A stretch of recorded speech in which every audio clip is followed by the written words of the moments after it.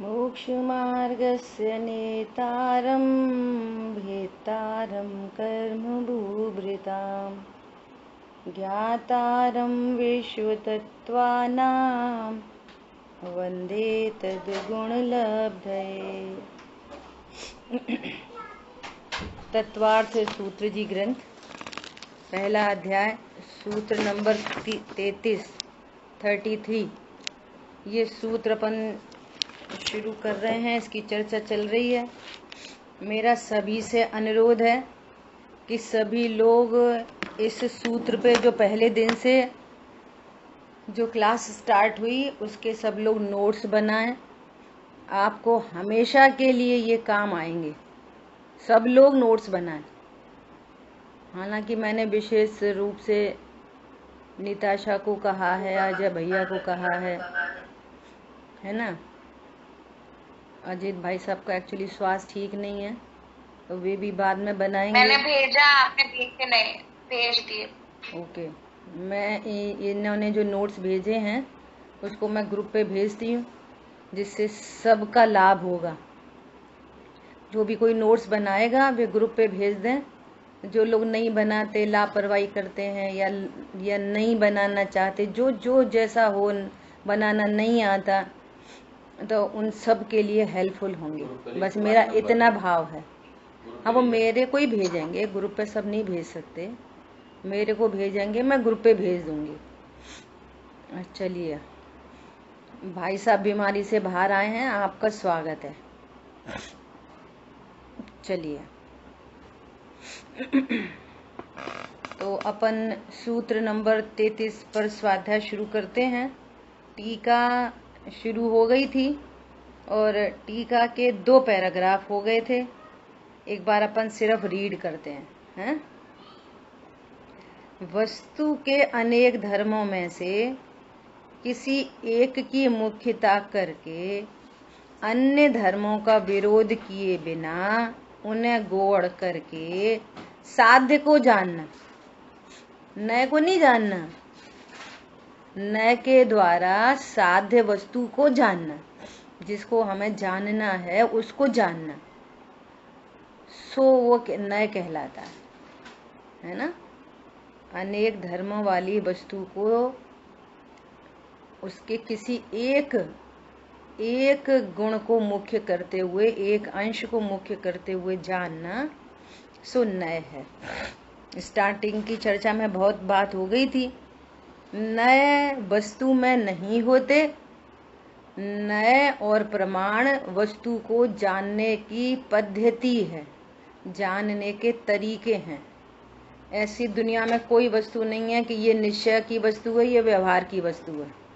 ऐसे भ्रम निकालना चाहिए कि कोई क्रिया निश्चय है और कोई क्रिया व्यवहार है। कोई क्रिया निश्चय व्यवहार नहीं होती, और क्रिया में तो निश्चय व्यवहार लगते ही नहीं है।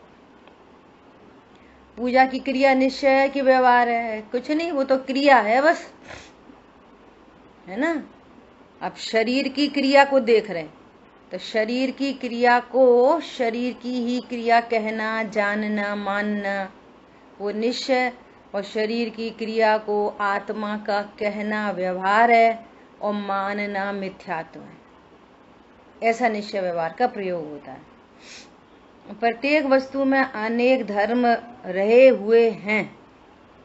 तो अनंत धर्मात्मकपना क्या है, ये अपन ने पुद्गल के एग्जाम्पल से देख लिया था कि चारों ओर आंख उठा के देखो, पुद्गल पुद्गल पुद्गल पुद्गल की दुनिया दिखाई दे रही है। कितने प्रकार का पुद्गल दिखाई दे रहा है। पुद्गल इन द सेंस उसकी पर्याय। तो समझना कि एक एक द्रव्य में इतनी अनंतता है। ये अनंतता को समझने का एक तरीका है। ऐसे ही जीव में भी अनंतता है। अनंत गुण, अनंत शक्ति, अनंत धर्म युगल होते हैं। अंत का अर्थ धर्म होता है, और जहाँ धर्म शब्द आए तो वहां पर गुण शक्ति गर्भित समझना।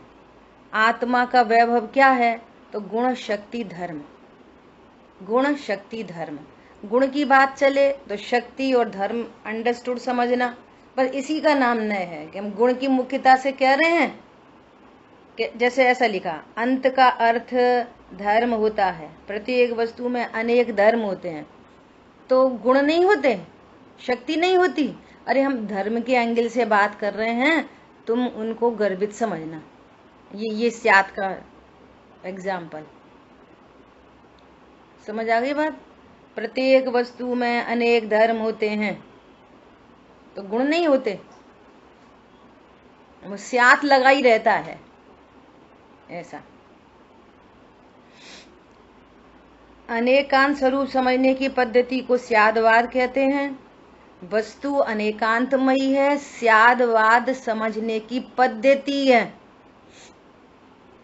वस्तु अनेकांतमयी है और स्यादवाद समझने की, वस्तु को समझने की पद्धति है। वस्तु में स्यादवाद नहीं होता, वस्तु में निश्चय व्यवहार नहीं होता, ठीक है। स्यादवाद द्योतक, द्योतक है, अनेकांत द्योत है।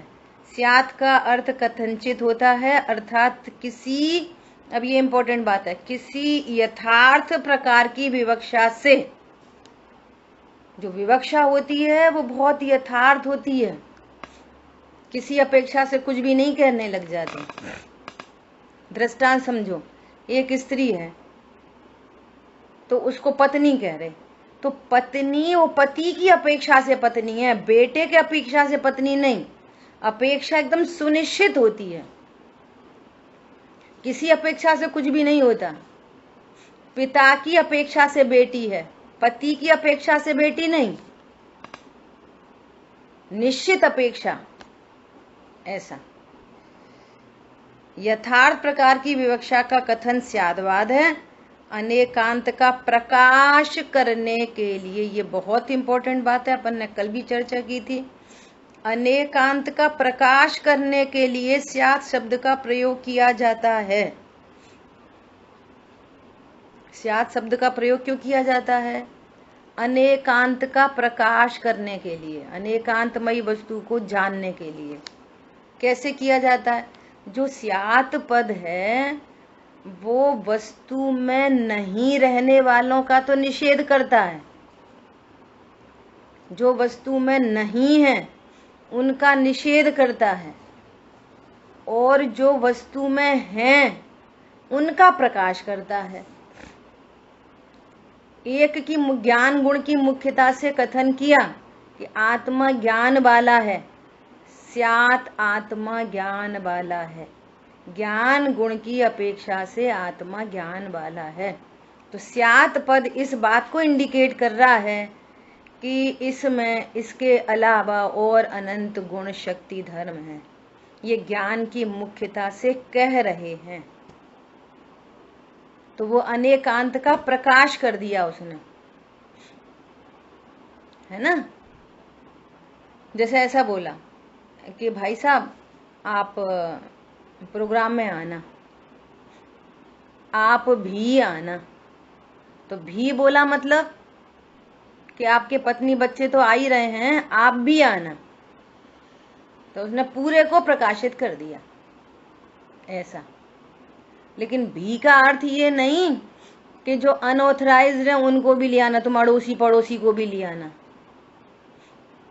जो वस्तु में है ही नहीं उनको वस्तु का गुणधर्म समझ लेना, ऐसा नहीं। ये इसका प्रयोग है, ठीक है। फिर कल अपन ने थोड़ी सी प्रमाण और न्याय की भी चर्चा की थी।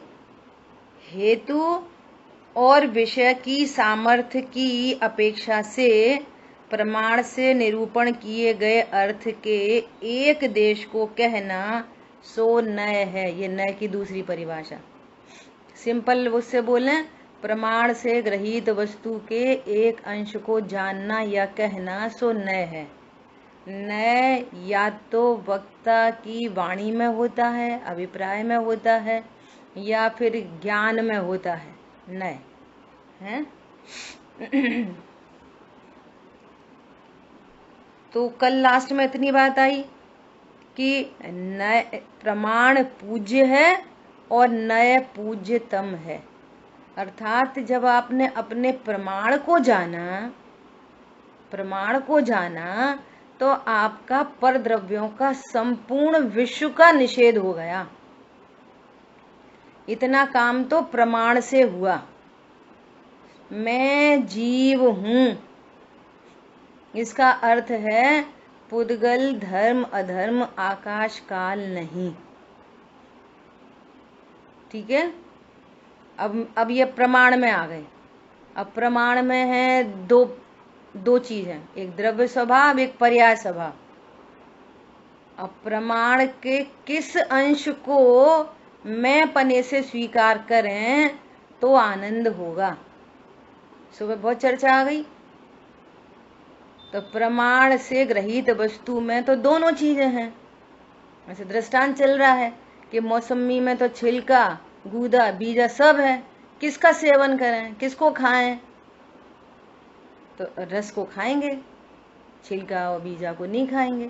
ऐसा तो प्रमाण से ग्रहित वस्तु में भी जो शुद्ध न की विषयभूत वस्तु है त्रिकाली ध्रुव, उसको मैं पने से स्वीकार करना और बाकी सर्व पर्यायों को गौड़ करना।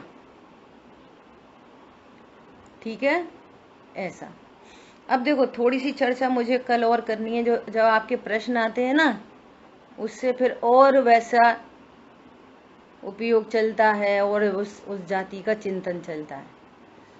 देखो इन जनरल ऐसी चर्चा जिनागम में मिलेगी कि देखो आत्मा तो नित्य है और ये मनुष्य त्रियंच नर नारक आदि पर्याय ये अनित्य हैं।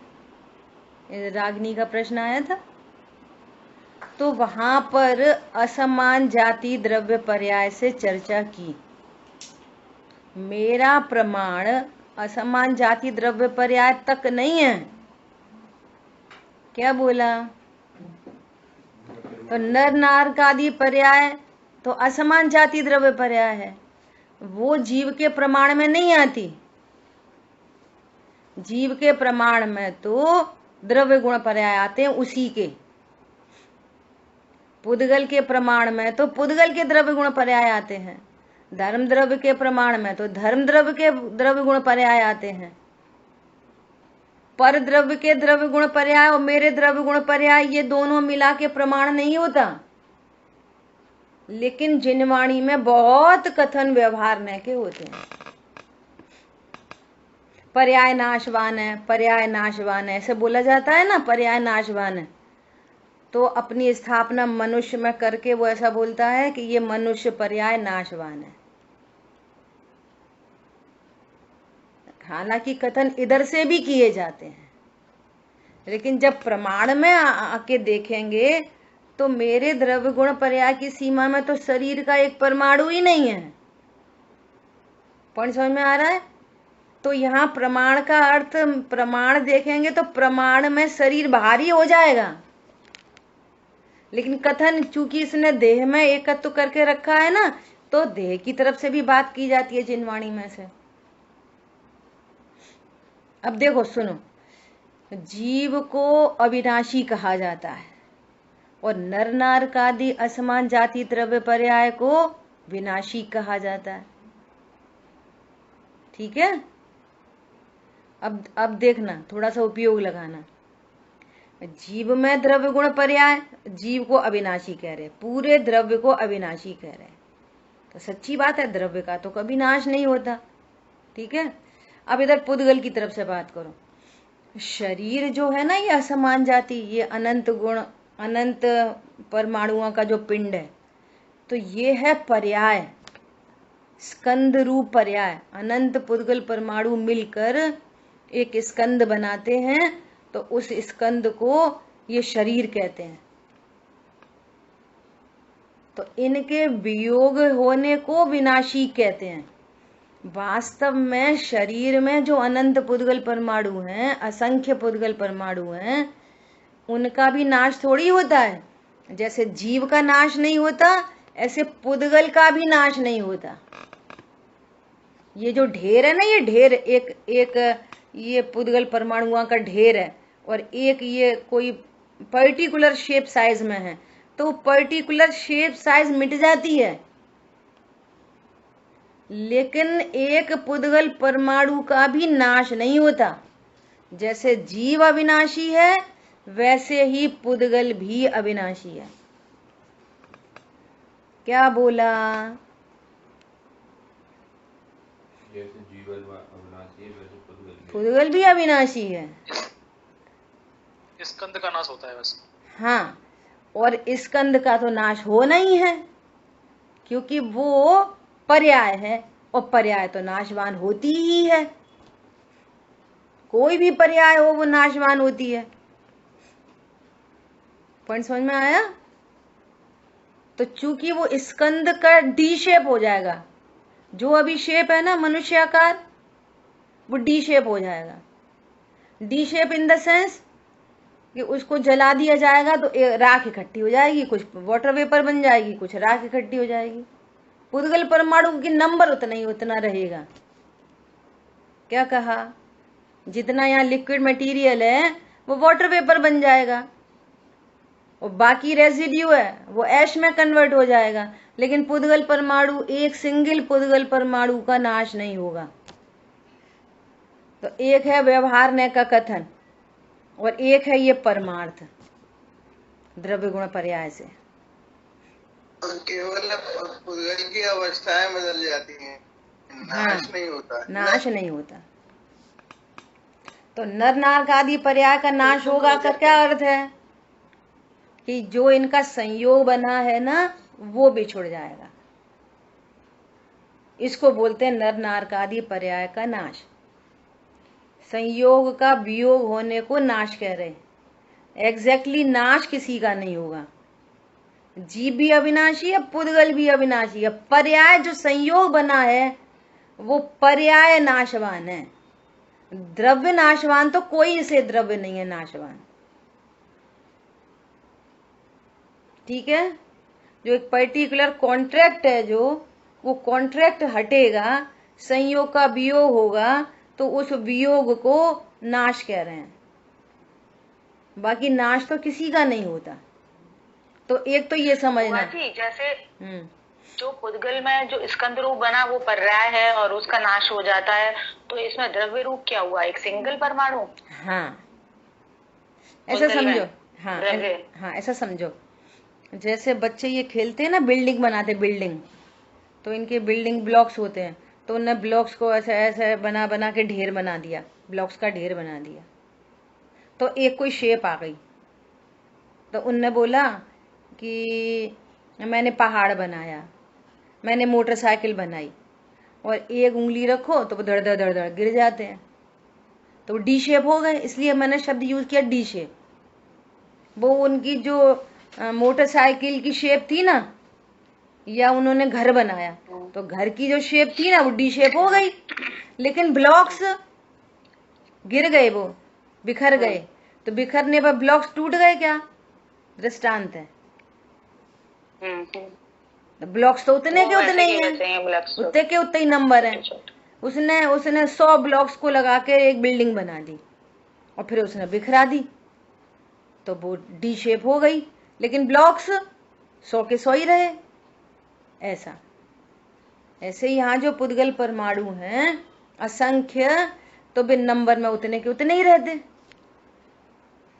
लेकिन चूंकि तो इनको जला दो तो भी उनके नंबर उतने ही होंगे। हाँ, तो भी उतने पुद्गल परमाणु। हाँ, मरते, वो उनका नाश नहीं होता। Matter neither be created nor be destroyed. नया पुद्गल बनता नहीं है, और पुराना पुद्गल मरता नहीं है। समझ आ गई बात? ओके। हाँ, नहीं तो फिर सारी अव्यवस्था हो जाएगी ना। वो जो कहते हैं ना, हमने नया मोबाइल बनाया, हमने नई ये चीज बना दी, वो नई नहीं बनाई, वो फॉर्मेशन नया है, वो स्कंद नया है। परमाणु जिनसे वो बना है वो बोई के बोई हैं अनादि से अनंत काल तक। परमाणु अनादि से अनंत काल तक वही के वही रहेंगे। समझ आ गई बात? जो स्कंद फॉर्मेशन है वो नया है, ऐसा। तो इस तरह से अपन ने देखा। अब जीव के अंदर अंदर देखो, जीव के अंदर पण समझ में आ गया कि नर नारक आदि पर्याय को विनाशी क्यों कहते हैं? क्योंकि संयोग का वियोग जरूर होगा। तुम अपने को यहाँ पर एक समझ के बैठे हो, सो ये एक चीज है, नहीं है, दो अलग अलग हैं। नर नार का आदि पर्यायों का विनाश होगा, जीव का नहीं होगा। तो उसमें ये अंडरस्टूड है कि पुद्गल का भी नहीं होगा, ये अंडरस्टूड है। अब जीव के अंदर अंदर देखो, जीव के अंदर अब एक ही काल में नित्य अनित्य दो धर्म है। अब आपको जीव के अंदर देखना है। अब अपने प्रमाण समझ लिया ना, अरे ये शरीर तो मेरे द्रव्य गुण पर्याय की सीमा से बाहर है, ये निस्कंदों का नाश हो कि बने रहे, उससे मुझे क्या फर्क पड़ता है, मैं तो द्रव्य गुण पर्याय वाली वस्तु हूं। अब एक द्रव्य के अंदर देखना, एक द्रव्य को देखना, एक द्रव्य को देखना, वो है प्रमाण। और उसके अंदर अंदर देखना अनेक अनेक चीजों को, वो है नय। किसी को भी देखो वो नय, सिंगल पर्याय को देखो नय, गुण को देखो नय, अशुद्ध रागादि भाव को देखो नय, त्रिकाली ध्रुव को देखो नय, शुद्ध पर्याय को देखो नय, पूर्ण शुद्ध पर्याय को अनंत चतुष्टय को देखो नय। समझ आ गई बात? अब उन नयों के जो विषय बन रहा है उस नय का नाम अलग अलग है। और नय तो शरीर को भी देखता है, तो उसका नाम अलग है, असद भूत। असद भूत क्या बोला? असद भूत मतलब शब्द से जो मेरी सत्ता में नहीं है उनको भी जीव का कह रहे हैं, व्यवहार न से, ऐसा। ठीक है, क्लियर है? तो अब वस्तु, एक पूरी वस्तु को देखना, उसके द्रव्य गुण पर्याय में किसी अन्य को नहीं मिलाना, तो आप अपने प्रमाण में आए। प्रमाण में ही नहीं आया तो तुम बोलते रहो ज्ञायक ज्ञायक, ऐसा। प्रमाण में आना बहुत महान काम है। अपने प्रमाण को भी जान लेना। प्रमाण को जानने पर इतना बड़ा काम होगा, इतना बड़ा काम होगा कि ये जब मेरे प्रमाण की सीमा में मैं रहता हूं और इसके बाहर में नास्तित्व धर्म की दीवार है, लाइन ऑफ कंट्रोल है, कोई इधर आ नहीं सकता, इधर से कुछ जा नहीं सकता, इधर अस्तित्व शक्ति है, उधर चिति शक्ति है, अस्तित्व गुण भी मेरा है, नास्तित्व गुण भी मेरा है। ये अपने प्रमाण को जाना, फिर ये नहीं बोल पाएगा कि मुझे पर से लाभ होता है, फिर ऐसा ही बोल पाएगा कि पर से हानि होती है, पर से मैं दुखी होता हूं, पर से सुखी होता हूं, ऐसा नहीं कह पाएगा। ये पर पदार्थ मेरा है ऐसा नहीं बोल पाएगा। एक द्रव्य के दूसरे द्रव्य के बीच में अत्यंता भाव की बहुत मोटी मोटी वज्र की दीवार है, ऐसा। फिर प्रमाण, अपने प्रमाण को जान लिया मतलब बहुत महामहिम काम हुआ है। प्रमाण को जान लेना भी, ऐसा नहीं बोल पाएगा ये मकान मेरा, पत्नी बच्चे मेरे हैं, बोल पाएगा मतलब ऐसा जान नहीं सकेगा, मान नहीं सकेगा। फिर ऐसा तेरी पर्याय तेरे से उत्पन्न होती है, दूसरे से उत्पन्न नहीं होती। फिर ये नहीं बोल पाएगा कि इन्होंने मुझे रुलाया है, इन्होंने मुझे दुखी किया है, ये नहीं कह पाएगा। शरीर में रोग होने से मुझे दर्द हो रहा है, ऐसा नहीं बोल पाएगा। दवाई लेने से शरीर ठीक हो जाएगा, ऐसा नहीं बोल पाएगा। क्या कहा? ये प्रमाण का इतना बड़ा अर्थ है, समझ में आया? शुद्ध न, फिर शुद्ध न में आना, तब ये अनंत काल के लिए जीव सुखी हो जाएगा।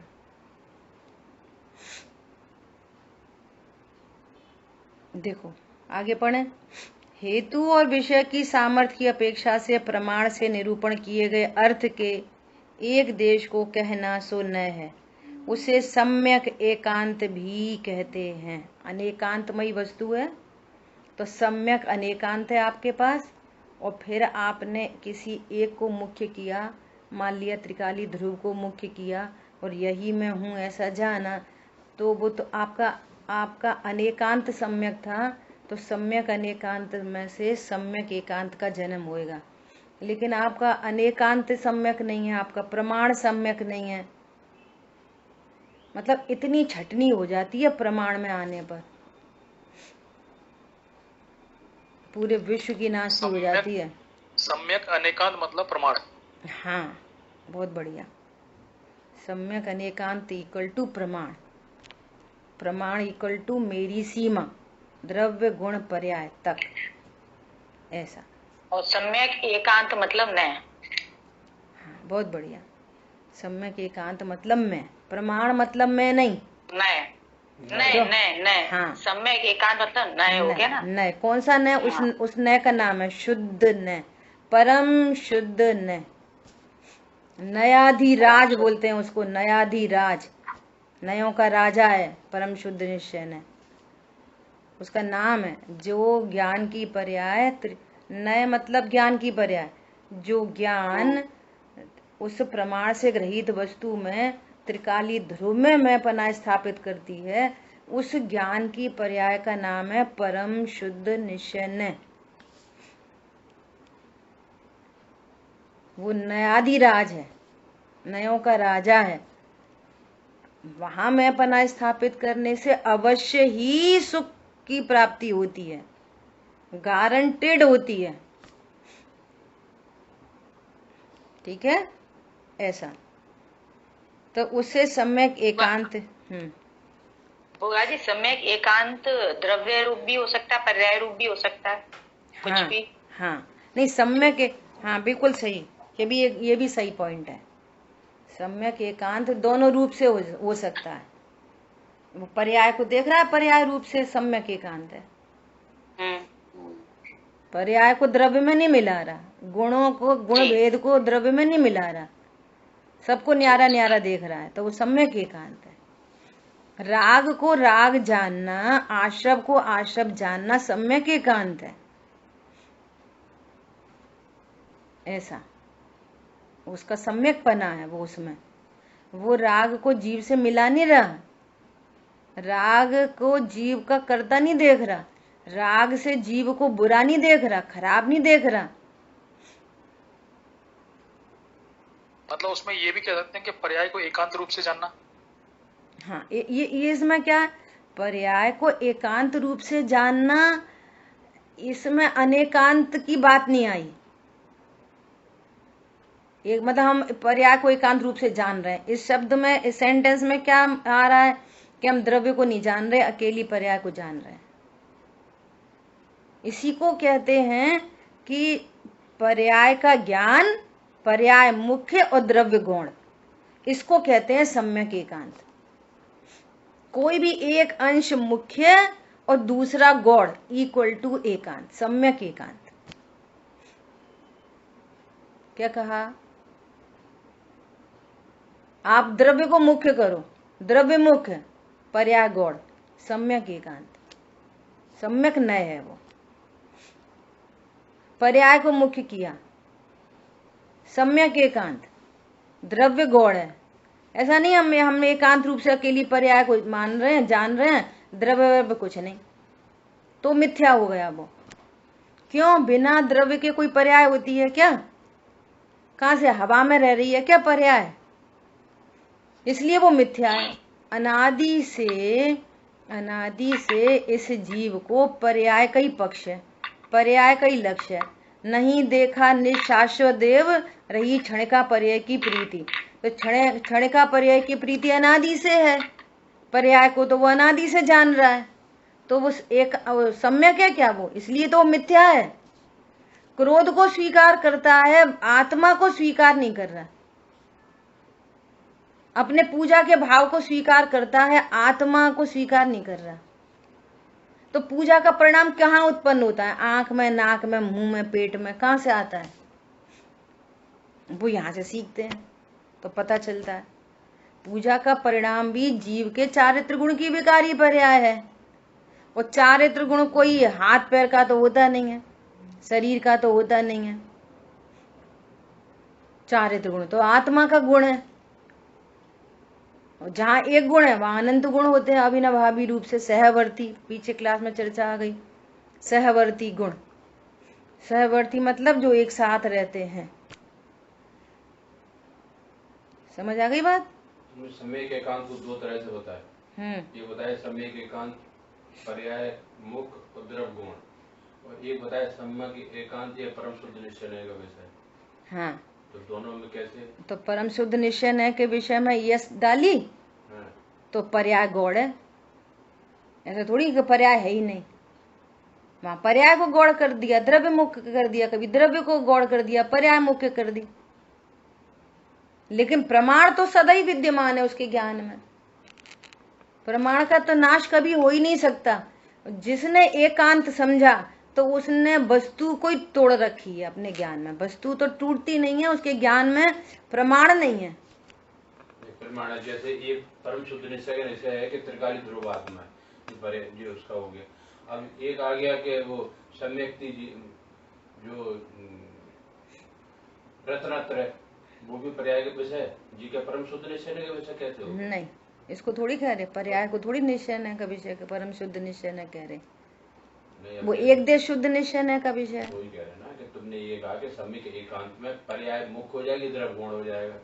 पर्याय मुख में सारे ही केवल ज्ञानी जीव राग की पर्याय को भी मुख्य किया और द्रव्य को गौड़ किया, ये भी सम्यक एकांत है। सम्यक एकांत मतलब सम्यक नय है, ये भी सम्यक नय, सारे सम्यक नय हैं। जो व्यवहार ने भी सम्यक नय है। कब है? जब वो अपने पूरे प्रमाण को जानता है। अब वो किसी को मुख्य करके बात करे, ऐसा बोले ये मौसमी का बीज है, तो इसका मतलब क्या है? ये बीज को भी जानता है और मौसमी को भी जानता है। मौसमी का अकेला बीज को हाईलाइट कर रहा है और क्या बोल रहा है? मौसमी का बीज है। तो इसके ज्ञान में पूरी मौसमी है और बीज को हाईलाइट करके बात कर रहा है। ये मौसमी का छिलका है, तो मौसमी के रस की जूस की बात नहीं कर रहा, छिलके की बात। देखो पतला छिलका है, मोटा छिलका है, तो ये मौसमी को तो जानता ही है, तभी तो बोल रहा है मौसमी का छिलका है। तो इसकी बातें सत्य नहीं लग रही अपन को लोक में भी? हाँ सही बात, सही कह रहा है, मौसमी का छिलका है। छिलके की बात कर रहा है और मौसमी गौड़ है, पर जानता है मौसमी को। ऐसा तो एक नय कहेगा, एक नय का नाम रखेंगे बीजा नय, एक का नाम रखेंगे छिलका नय, एक का नाम रखेंगे रस नय, एक का नाम रखेंगे गूदा नय। ऐसे नाम अलग अलग हो जाएंगे नयों के, परंतु हैं वे सब सम्यक, क्योंकि ये उसको राइट नॉलेज है। सारे नए सम्यक होते हैं, पर नयों के नाम अलग अलग हैं। जो विषय बनाया, ये कह सकते हैं। हाँ, जो विषय बनाया समय के एकांत ये नहीं हो सकता ना, वो भी सम्यक एकांत है। परम शुद्ध निश्चय का विषय सब सम्यक एकांत है। आत्मानुभूति त्रिकाली ध्रुव के आश्रय से होगी, इसलिए वो नयाधिराज है। देखो पंडित साहब ने लिखा है, खटकती है रागादि परिणति विकारी। तो मिथ्या दृष्टि हो गए पंडित साहब, या वो गलत लाइन लिखी है? अरे वो पर्याय विषय बन रही है, पर्याय ज्ञान में विषय बन रही है। कभी पर्याय ज्ञान में विषय बनती है, कभी द्रव्य ज्ञान में विषय बनता है, कभी कभी शुद्ध पर्याय ज्ञान में विषय बनती है। अब ज्ञान में विषय बन गई पर्याय, तो अपने को पर्याय जितना देखना पाप है, ये मिथ्या है। पर्याय को देखना थोड़ी मिथ्या है। पर्याय का ज्ञान होना तो सम्यक है। पता होना चाहिए कि मेरी पर्याय में कितना विकार है और कितनी शुद्धता प्रकट हो गई। नहीं आई समझ में? फिर अगली लाइन में क्या लिखा उन्होंने? विश्वास है शीघ्र ये भी मिटेगी, स्वभाव के सन्मुख कैसे टिकेगी? अब मालूम है मेरे पास स्वभाव भी है, इसके अभाव के लिए स्वभाव भी मौजूद है। ये राग को देखने के काल में स्वभाव की स्वीकृति होने से ये नय, सम्यक नय है। और अज्ञानी को स्वभाव नहीं पता, अकेला राग राग राग राग बोलता रहता है। चाहे राग में हूं ऐसा बोले और चाहे राग से भिन्न बोले, भगवान आत्मा ज्ञान में नहीं है, तो उसका ये मिथ्यापना है। समझ आ गई बात? अमृतचंद आचार्य भगवान कह रहे हैं तीसरे कलश में, 4 रित्र मोह के उदय से मेरी परिणति मैली है। तो वे अपने को मैला समझ रहे, बस अकेली विकारी परिणति जितना देख रहे। अरे शुद्ध निश्चय से तो मैं भगवान आत्मा हूं। अगली लाइन में लिख रहे हैं तीसरे कलश की टीका में, लिख रहे कि नहीं लिख रहे? तो जो ज्ञान राग को जाने वो भी सम्यक। कब सम्यक? जब पूरी वस्तु को जानता हो। तो किसी को भी जाने, उसके सारे नए सम्यक हैं। अरे वो ऐसा बोले कि मेरी 96,000 रानियां हैं तो भी सम्यक है। वो ऐसा बोले कि मैं पुरुष हूं तो भी सम्यक है, क्योंकि वो जानता है ये मेरी द्रव्य गुण पर्याय की सीमा से बाहर है। मैं तो व्यवहार न से बोल रहा हूं, मैं तो वास्तव में ध्रुव हूं, मैं तो वास्तव में जीव हूं। जैसे हम लोग व्यवहार में ऐसा बोलते हैं, चीनी का डिब्बा, सम्यक बोलते। कोई नहीं कहता कि डिब्बा इज मेड बाई चीनी। अरे जिस स्टील के डिब्बे में चीनी रखी है उसको चीनी का डिब्बा कह रहे। बोलो, ऐसे चीनी का डिब्बा बोलते हुए ये भूल जाते हैं कि चीनी मेड डिब्बा है कि स्टील का डिब्बा है। तो ऐसे ज्ञान को क्या बोलते हैं? सही ज्ञान। ये सही ज्ञान है। और कोई बच्चा सुन के बोले कि मम्मी चीनी का डिब्बा कहाँ है, चीनी का डिब्बा कहाँ है? कि देख बेटा ये है ना चीनी का डिब्बा, तो ये कहाँ है चीनी का डिब्बा? मैं तो चीनी का डिब्बा ढूंढ रहा था। तो उसने उसका भाव नहीं समझा और मेड बाई चीनी ढूंढ रहा है, तो उसे पूरी दुनिया में नहीं मिलेगा और भटकता ही रहेगा।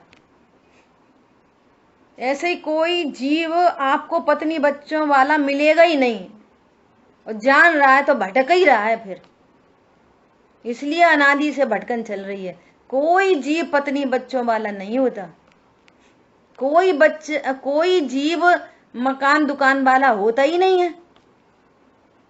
कहां से लाओगे ढूंढ के? बोलो। इसलिए ये मिथ्या नय है। द्रव्य गुण पर अपने द्रव्य गुण पर्याय की सीमा को कहां तक एक्सटेंड करके रखा है? दीवारों तक। अब दीवार में कील ठोकी तो लगता है मेरी छाती पे ही ठोक दी, इसलिए इतना दुखी होता है। कुनय, मिथ्या न है, ये कुनय है। भाई साहब ये धर्म चर्चा यही है। इतना ही समझना पड़ेगा, इतना ही पढ़ना पड़ेगा, इतनी मेहनत करनी पड़ेगी। गुरुदेव श्री कहते कि ये कोई वो नहीं है कथा जो कथा बांच रहे। हाँ जी बोलिए। पर्याय को मुख्य करना तो छद्मस्त के ज्ञान का सामर्थ्य ही नहीं है। और यदि एक साथ एक जैसी बहुत सी पर्याय का ज्ञान होता है तो उसे अनेकांत कहना चाहिए, सम्यक अनेकांत कहना चाहिए। पर उसे सम्यक एकांत क्यों कह रहे हैं? बहुत सारी पर्याय का ग्रुप है तो वो आफ्टर ऑल पर्याय ना, उत्पाद व रूप। ये सेकंड क्वेश्चन है। पहला क्वेश्चन तो यही है कि पर्याय को मुख्य करना छद्मस्त के ज्ञान का सामर्थ्य है। हाँ तो सामर्थ्य ऐसा, कहेंगे। हाँ तो सामर्थ्य ऐसा ही है कि वो एक समय की पर्याय को तो नहीं जानता, असंख्य पर्याय निकलती हैं तब उसको जानता है। लेकिन जानता तो है ना।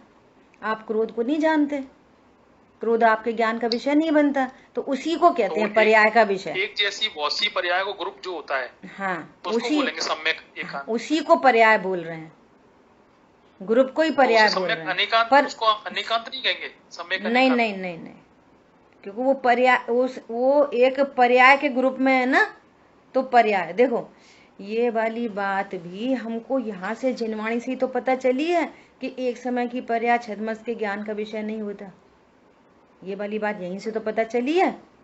लेकिन वो जो क्रोध की पर्याय है, जो एक ग्रुप होके चला गया, वो हमारे ज्ञान का विषय बना।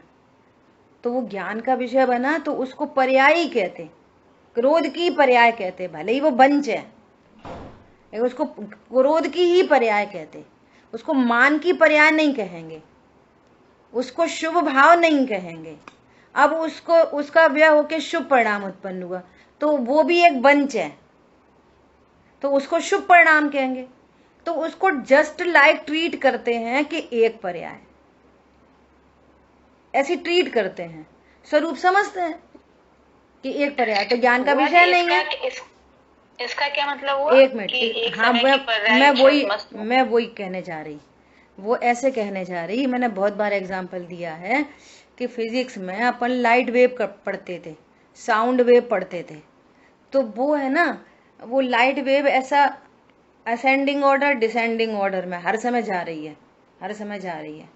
तो बोलो हमारी ज्ञान का विषय, साइंस प्रूव कर रही है, साइंस, कि ये बल्ब हर क्षण में, हर कोई टाइम बीइंग वो जल भी रहा है और बुझ भी रहा है।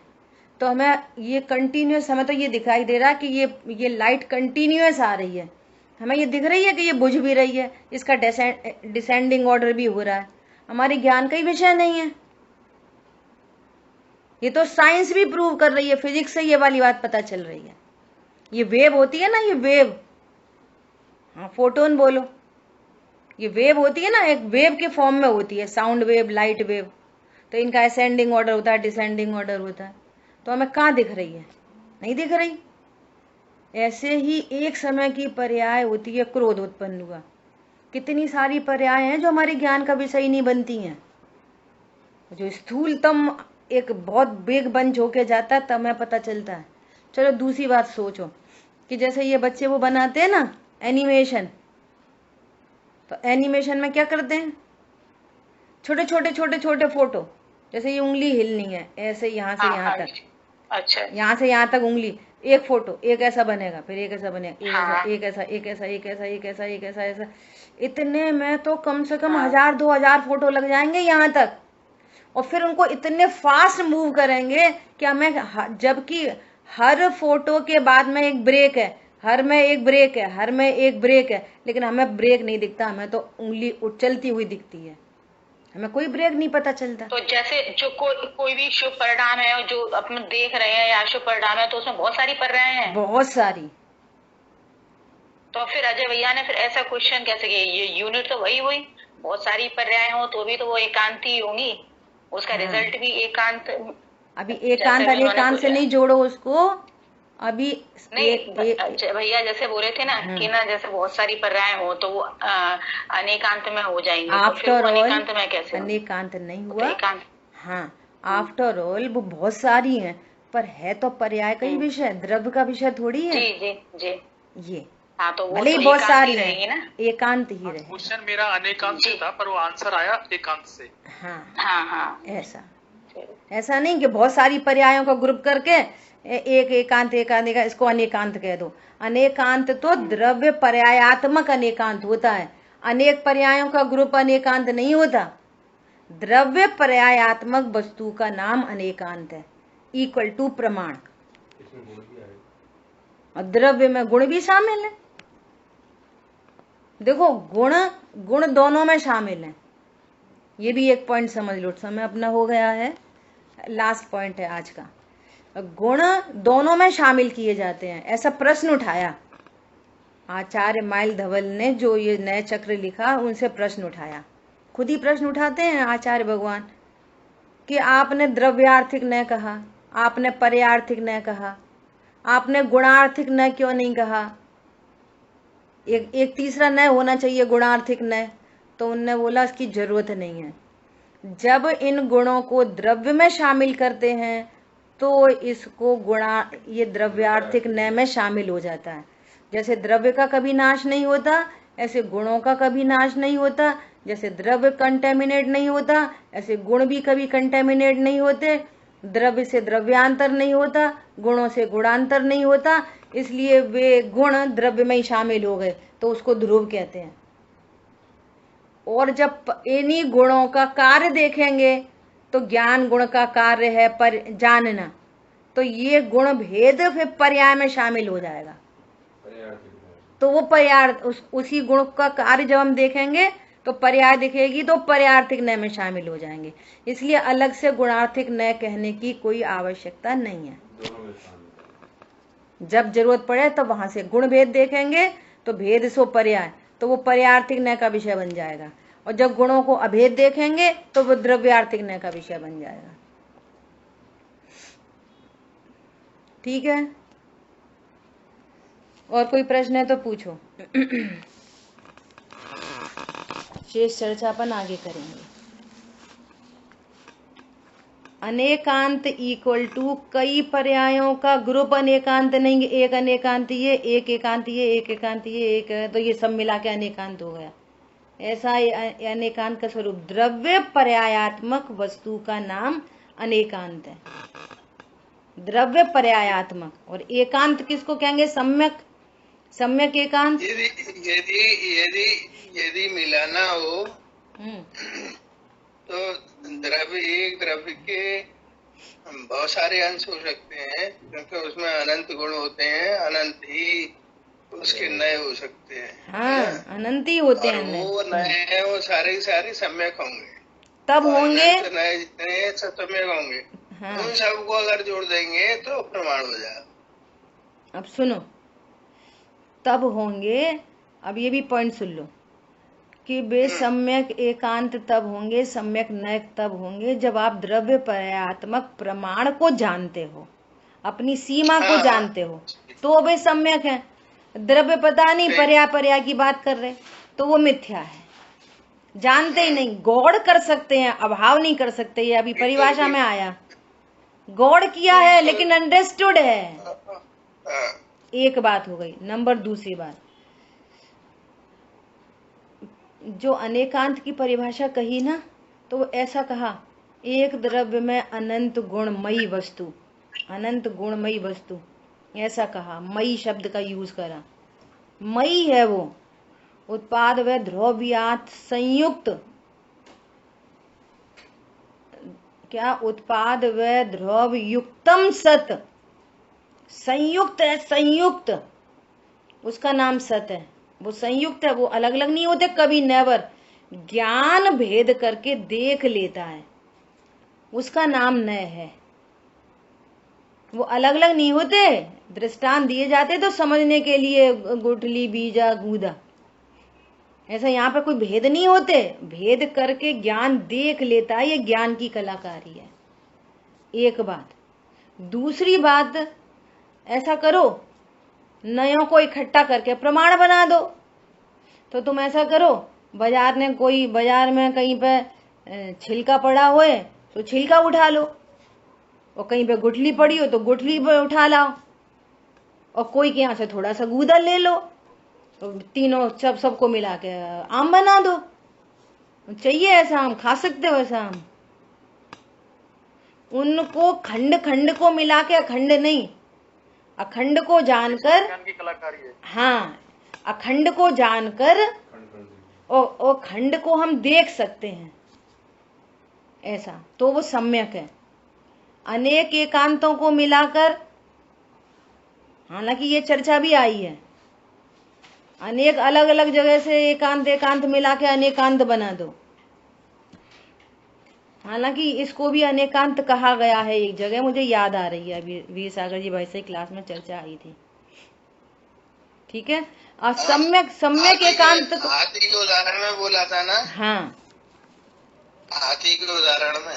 हाँ, तो उनके जो जन्मांध है उनके ज्ञान में तो मिथ्यापना है, लेकिन हम सम्यक पने में उसको कन्वर्ट करके कि पूंछ की अपेक्षा से ऐसा है। इसका मतलब जब आपने ये बोला कि पूंछ की अपेक्षा से ऐसा है, इस सेंटेंस में ये पता चल रहा है कि हाथी पूरा है, पूंछ की अपेक्षा से ऐसा है, तो ये सम्यक बन जाएगा। क्या बोला? और जो ऐसा बोले हाथी पूंछ होता, झाड़ू जैसा होता है, पूरा हाथी झाड़ू जैसा होता है, तो ये मिथ्या है। ये हाथी पूंछ की अपेक्षा से झाड़ू जैसा है तो सम्यक है। ठीक है, चलते रहिए, पलते रहिए, धीरे धीरे समझ में सब आएगी। इसमें प्रीति दीदी का क्वेश्चन था कि पर्याय को मुक्त करना छद्मस्त ज्ञान का सामर्थ्य नहीं, समझ में नहीं आया था। ये पॉइंट थोड़ा क्लियर कर। आपका ही प्रश्न था ये, उनका थोड़ी था। प्रश्न मेरे प्रश्न में से तो उनको क्वेश्चन आया था, तो बात आ गई ना। पर वो बता दिया ना, बता दिया ना। वो फोटो जो आपने लिख के भेजा, फोटो ना आपने लिख के भेजा, वो लाइट वेव्स का बता दिया और एनिमेशन का बता दिया, तो वो हमें कहाँ दिखता है, हमें नहीं पता चलती है। ये साउंड वेव यहाँ से आप तक पहुंच रही है, कोई ना कोई टाइम टेकिंग है कि नहीं? कितना शॉर्ट फ्रैक्शन है, जिस शॉर्ट फ्रैक्शन में सबको सुनाई दे रही है, लेकिन वो शॉर्ट फ्रैक्शन हमको पता चल रही है? नहीं पता चल रही। हमें जैसा लग रहा है बोल रहे हो, सुन रहे, लेकिन वो वेव मूव है तो उसका कोई ना कोई टाइम फ्रैक्शन है कि नहीं? और सुनो, ये टाइम फ्रैक्शन आपको पता चल जाएगा। जैसे कोई एक प्रोग्राम चल रहा है, वही तो जूम पे चल रहा है और वही यूट्यूब पे चल रहा है, आप देख लेना, दोनों में डिफरेंस दिख जाएगा आपको। ये क्लास अगर मोबाइल पे सुनो तो कंप्यूटर सुनो तो अंतर पकड़ में आता है। हाँ, तो अंतर पकड़ में आता है। तो इतना स्थूल अंतर अपन को पकड़ में आता है, अंतर तो बहुत सूक्ष्म है। ठीक है। और जो महामहिम वस्तु है, अपनी महिमा आती है, देखो मैं कैसा हूँ, सर्वज्ञ भगवान के ज्ञान की महिमा आती है, तो ग्रहित मिथ्या तो मिटता। ये है भगवान बताने वाले। भगवान ने कैसे स्वरूप कहा, बोलो। ये है आनंद की बातें। जिन वाणी के ज्ञान से सूझे लोकालोक, सो वाणी लोकालोक मस्तक नमो सो वाणी मस्तक नमो सदा दे तुम। पूरी द्वादश